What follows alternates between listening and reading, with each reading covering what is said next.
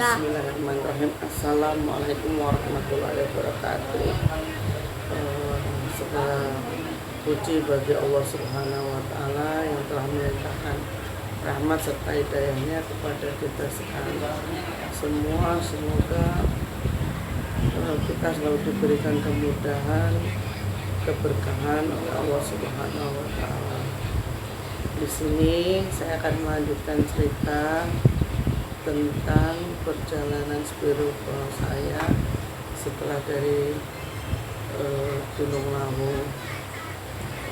Setelah saya mengalami hal mistis dari Gunung Lawu, setelah saya bertemu dengan Pitunggul Wulung, dengan sosok wanita cantik itu, dan setelah Sinuwun Lawu, saya sesampainya di rumah sering mengalami kesurupan. Nah, di saat kesurupan itu saya selalu mengikut dan melihat hal-hal yang di luar nalar dan di luar batas kewajaran dari manusia biasa. Saya sering melihat dengan tiba-tiba saya melihat seseorang tanpa kepala atau seseorang bertubuh binatang berkepala manusia itu selalu mendatangi saya. Ketika saya melihat itu, saya pasti akan kesurupan. Dan menurut cerita orang tua saya beserta orang-orang yang tetangga-tetangga saya yang sering membantu orang tua saya ketika saya kesurupan itu, jadi mereka tuh berkata ketika saya kesurupan, tubuh saya akan susah dikendalikan. Jadi akan dipotong 7 sampai beberapa orang itu tidak akan kuat. Akhirnya digeletakkan saja sambil orang tua saya mencari. Simbah saya yang kebetulan simbah saya itu orang pinter juga, namanya Pak Kartomidin. Setiap Pak Kartomidin itu datang, maka akan terjadi komunikasi di situ. Singkat cerita, waktu itu saya masuk sekolah dan kesurupan itu masih sering terjadi. Sekolah waktu itu mau ujian kenaikan kelas 2, jadi waktu itu saya sekolah ujian, dan ketika itu tiba di sekolah saya merasa sehat hingga saya didatengin sosok itu lagi, manusia berkepala kuda. Manusia berkepala kuda itu mendatangi saya. Setelah itu saya tidak ingat apa-apa. Nah, dalam ketidakingatan saya itu saya merasa terjatuh pingsan. Nah, ketika saya pingsan itu, saya dibopong oleh guru saya, namanya Bu Indar, itu guru bimbingan konsul kesiswaan. Jadi sama Bu Indar itu dipanggilkan guru-guru yang lain. Saya dibawa dari kelas itu, saya dibawa ke ruang UKS. Nah, ke ruang UKS itu saya ingat betul ada beberapa guru yang membopong saya. Guru itu berkata, saya mendengar mereka berkata, iki bocah panganane opo, ini anak makanya apa. Maksudnya tuh waktu itu berat badannya cuma 42 kilo, tapi digotong 6 guru itu nggak kuat. Jadi saya mendengar suara guru itu ngos-ngosan, saya mendengar. Nah, setelah itu tiba di UKS, saya ingat betul ada bu guru namanya Bu Dwi itu membuka kaos kaki, baju ikat pinggang saya dibuka. Bu Dwi itu berkata begini, saya ingat betul itu, masih mendengar Bu Dwi berkata, Pak, lah ini kakinya dingin banget Pak. Nggak tahu berkata sama siapa, cuma saya matanya nggak bisa terbuka. Saya hanya merem, Pak ini kakinya panas, dingin banget nih Pak, cuman kok kepalanya panas ya, kayak gitu. Terus nggak tahu ada guru siapa, nggak tahu. Setelah saya agak mendingan, guru itu bilang, oh Pak Yenuri anterin pulang aja, gitu. Ada satu guru itu namanya Pak Yenuri, beliau itu punya showroom mobil di daerah saya. Nah, Pak Yenuri itu berkata, oh ya udah Bu, dianterin pulang saja, gitu. Dianterin pulang saja. Setelah diantarkan pulang, saya bersama Pak Yenuri diantar pulang. Nah, kebetulan di tetangga saya itu sedang ada hajatan, ada orang mantu. Kalau di kampung tuh, kalau orang mantu tuh biasa kita sama-sama membantu, maksudnya kalau di tempat satu namanya rewang. Nah, kebetulan ibu saya, bapak saya tuh juga sedang berada di situ. Pak Yanur itu berkata sama tetangga saya, Bu tolong tuh bapaknya atau ibunya Sri ya, anaknya sakit, ini diantar pulang gitu di sofa kan gitu. Nah, waktu itu saya mau Yanuri itu ditidurin di sofa ruang tamu. Pak Yanuri bilang gini, Sri anu ya, Bapak harap balik mau pulang ke sekolah dulu, nanti tunggu ibumu datang kan gitu. Nah, setelah itu Pak Yanuri pulang, saya tertidur di situ, saya tidur di situ. Mungkin tetangga saya ini lupa atau gimana, nggak tahu. Ibu saya itu nggak datang. Nah, entah kenapa tiba-tiba itu paman saya itu yang baru dinas, paman saya ini kebetulan tentara, dia dinas dan mau, kalau orang kampung tuh bilangnya jakfong, kalau orang sini kondangan, mau kondangan ke tempatnya hajatan itu. Nah, paman saya itu katanya mendengar orang menangis, ada orang menangis. Karena mendengar orang menangis, makanya paman saya ini mencari di mana kok ini rumahnya kebuka kok tapi sepi, kok ada orang menangis. Dicarilah sama paman saya itu, namanya Pak Lek Parno. Lek Parno itu nyari saya, nyari di kamar tengah itu. Saya ternyata udah tidur di situ di lantai sambil udah deket, giginya tuh udah nyatu begini. Nah, mukanya udah biru semua. Nah, Pak Lek saya ini inisiatif langsung nyari sendok buat membuka, ada suara burung, membuka mulut saya, jadi dicongkel pakai sendok gigi saya ini. Terus Pak Lek saya teriak-teriak minta tolong gitu.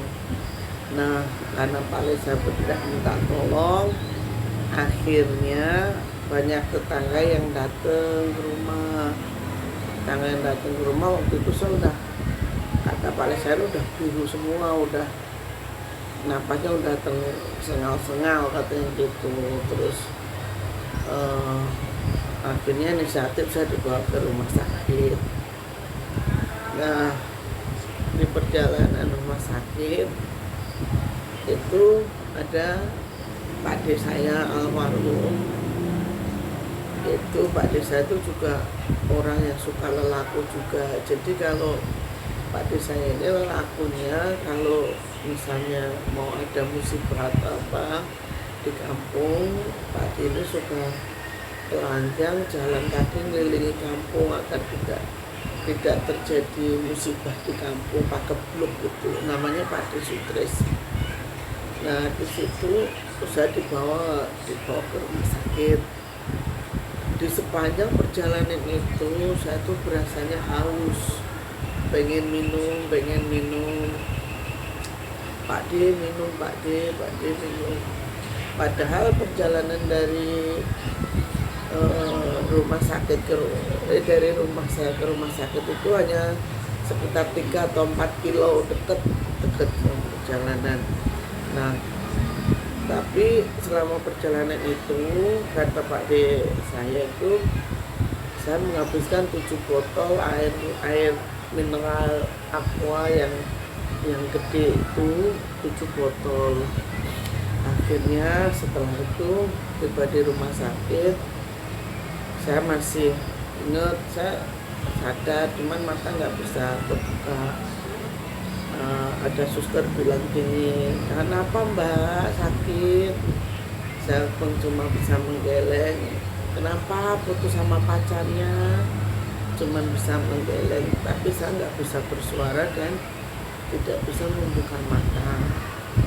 Akhirnya saya ambil tindakan, susternya bilang pasangin infus ya, gitu. Saya cuma bisa mengangguk. Nah, setelah dipasang infus, pindah ke bangsal, ke ruangan. Waktu itu ke ruangan saya, seruangan itu dua orang. Terus, nah pas malam harinya itu saya orang yang bawa kuda yang waktu di apa namanya Gunung Lawu itu datang, Sinuwun itu datang. Sinuwun itu bilang, ayo melu aku, gitu. Ayo ikut saya, gitu. Nah, saya ikut dia. Nah, selama itu saya ikut dia dibawa ke sebuah kerajaan. Di kerajaan itu banyak seperti orang-orang yang ditahan.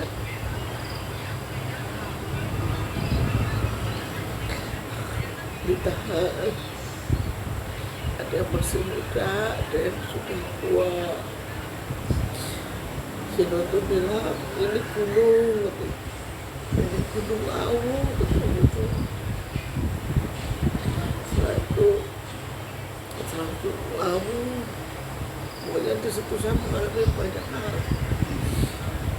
hal, terus sampai akhirnya saya dibawa sama simbah saya sama bude saya. Simbah saya itu udah meninggal, bude juga udah almarhum. Bude ini yang istrinya Bapak Pak D. Sutris ini tadi dibawa. Terus bude saya itu bilang gini, kalau di tempat satu lihatnya cembrengan ya, atau pasar malam gitu, cuman banyak permainan, tapi itu putih semua, nggak ada yang warna lain. Putih saya tuh nggak ada tangan kanan, Pak Simbah nggak ada tangan kiri. Simbah tuh bilang gini, ayo Sri, melu bae Sri, neng kene pena aku sodolanan, kamu di sini enak Sri, bisa main, nggak ngerasain sakit, katanya gitu. Kamu nggak bisa ngerasain sakit lagi, udah sama baca. Di sini enak, kamu minta aja apa aja dikasih kan gitu.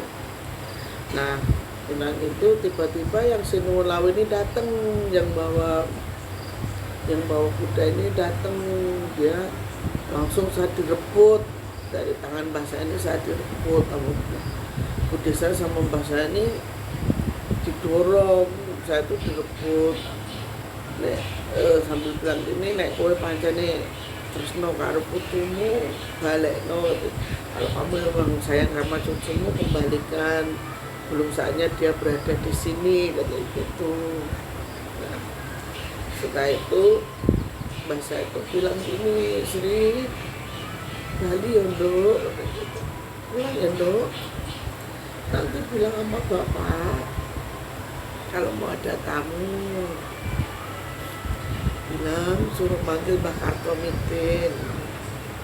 Terus simbah saya itu pulang itu udah pulang. Akhirnya saya disuruh pulang sama simbah saya ini, sama yang Sinulaw ini. Saya dibilang, kamu kowe aja pisan-pisan mlebu ning kene, iki dudu dunyamu, kamu jangan masuk sekali-sekali masuk ke sini, ini bukan duniamu. Akhirnya setelah ke situ saya tuh sadar ternyata selama beberapa hari, 6 atau 7 hari, saya tuh nggak sadar. Saya tuh di ruang ICU. Saya tuh udah sadar itu bilang sama bapak saya, bapak kayak gitu, Pak, kon golek Mbak Kartomidin arep nek tamu, mau ada tamu gitu. Nah, setelah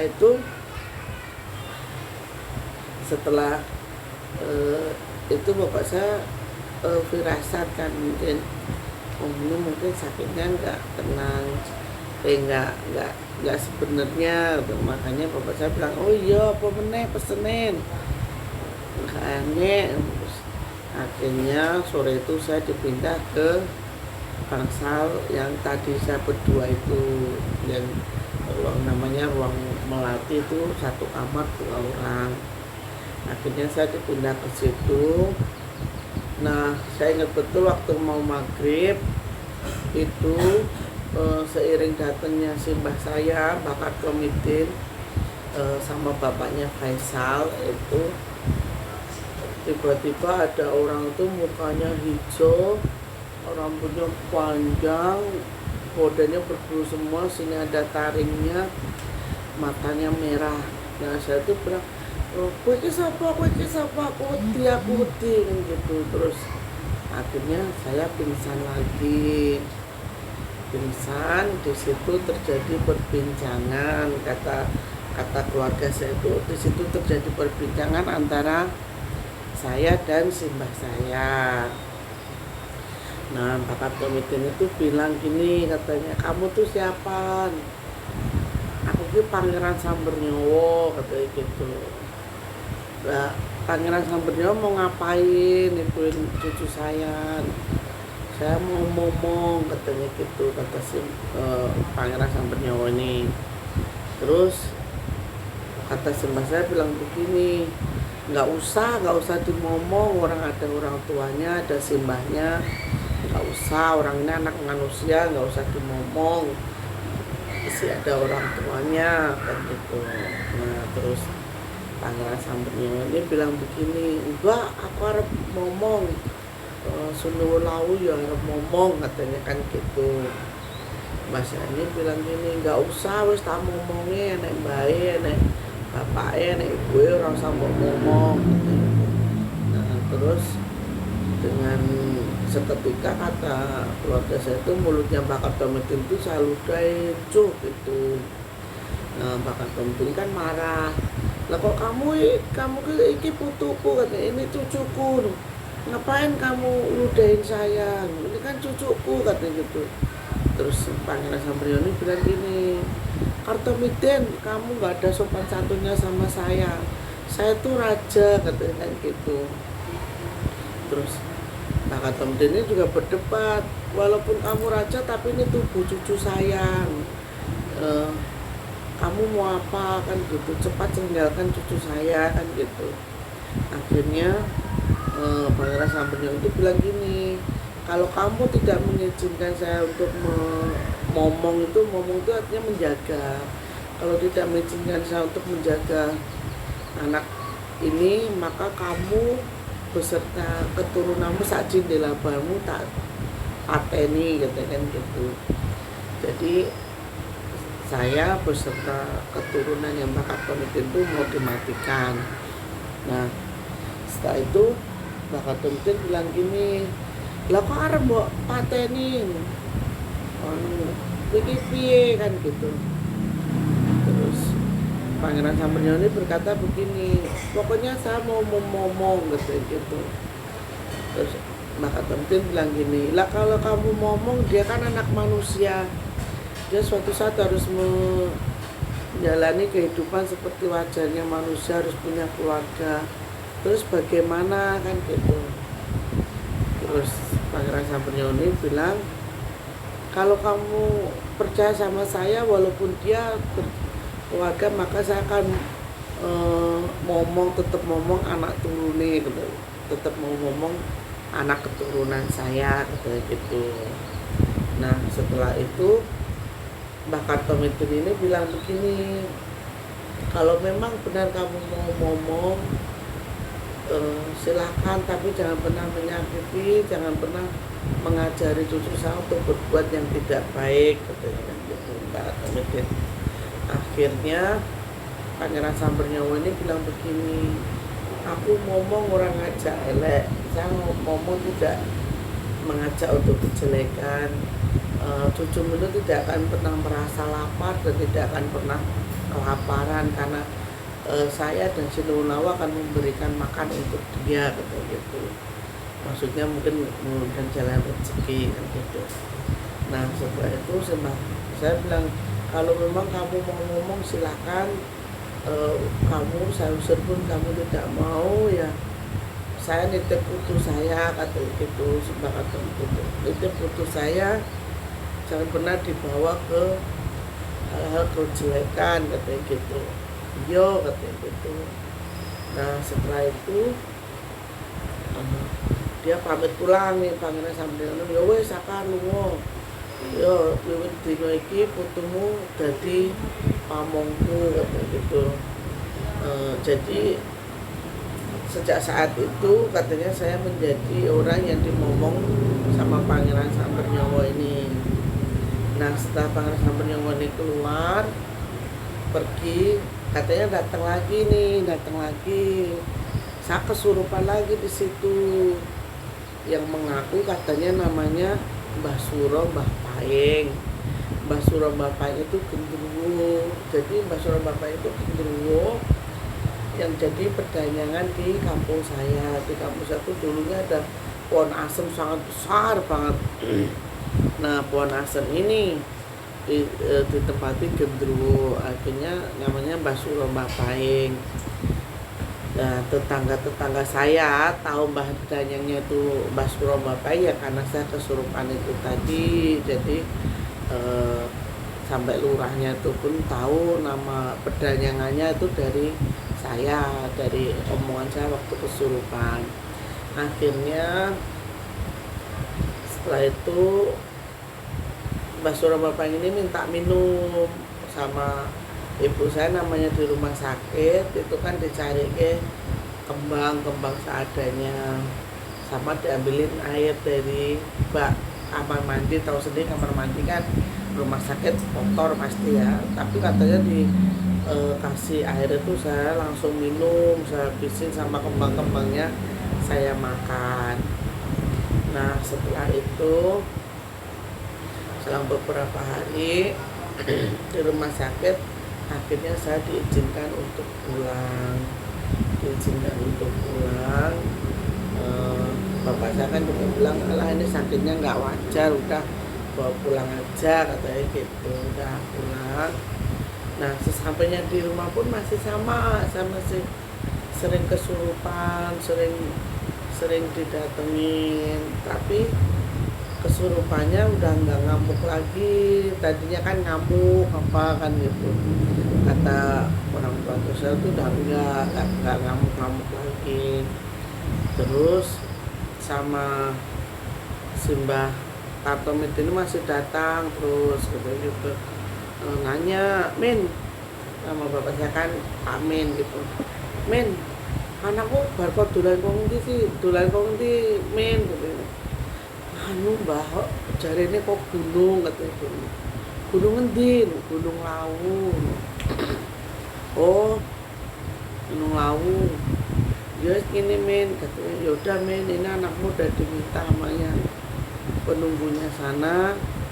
Ya wis, kalau pancen garis nasibnya anakmu dimomong sama yang nunggu Gunung Lawu, ya biarkan wae, yang penting nggak mencelakai kan gitu.